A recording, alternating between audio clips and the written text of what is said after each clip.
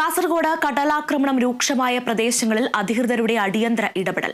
കടലേറ്റം തടയാനുള്ള പ്രവർത്തികൾക്കായി 50 ലക്ഷം രൂപയുടെ ധനസഹായം. കോട്ടിക്കുളം, അജാനൂർ എന്നിവിടങ്ങളിൽ നിരവധി വീടുകളാണ് കടലെടുത്തത്. ഇത് സംബന്ധിച്ച് കേരള വിഷൻ ന്യൂസ് വാർത്തയെ തുടർന്നാണ് നടപടി. Kerala vision news big impact.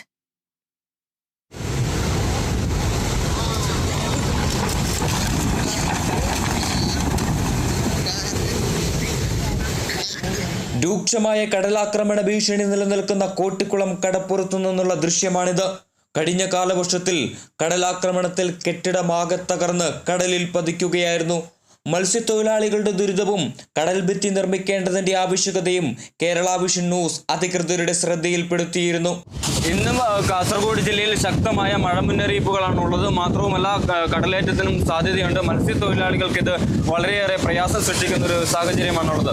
Ajanur കടപ്പുറത്തും സ്ഥിതി സമാനമാണ്. കടലാക്രമണത്തിൽ തീരദേശ റോഡിന്റെ ഒരു ഭാഗം തകർന്നു.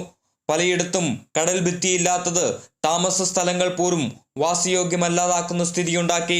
അജാനൂർ കടപ്പുറത്തെ 300ഓളം കുടുംബങ്ങളെ ദുരിതത്തിലാക്കിയ കടലാക്രമണത്തിൽ ജീവനും സ്വത്തിനും സംരക്ഷണം നൽകുന്നതിന് കർമ്മ പദ്ധതികൾ ആവിഷ്കരിക്കണമെന്ന് ചൂണ്ടിക്കാട്ടി കേരള വിഷൻ ന്യൂസ് രംഗത്തെത്തിയിരുന്നു. ജനപ്രതിനിധികളും അധികാരികളും ഈ വിഷയത്തിൽ മൗനം പാലിക്കാൻ പാടില്ല.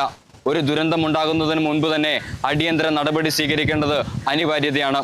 അജാനൂരിലും തൃക്കണ്ണാടും ഇതിനോടകം നിരവധി വീടുകളാണ് കടലെടുത്തത്. 100ഓളം വീടുകൾ കടലാക്രമണ ഭീഷണിയിലുമാണ്. കടൽ കരയിലേക്ക് കയറിയതിനെ തുടർന്ന് തൃക്കണ്ണാട് സംസ്ഥാന പാതയും കടലും തമ്മിൽ 10 മീറ്റർ മാത്രമായി ചുരുങ്ങി. ഇവിടങ്ങളിൽ അടിയന്തര ധനസഹായമായി 25 ലക്ഷം രൂപ വീതമാണ് അനുവദിച്ചത്. തീരദേശ മേഖലകളിലെ ദുരിതം സംബന്ധിച്ച് കേരള വിഷൻ ന്യൂസാണ് വാർത്ത പുറത്തു കൊണ്ടുവന്നത്.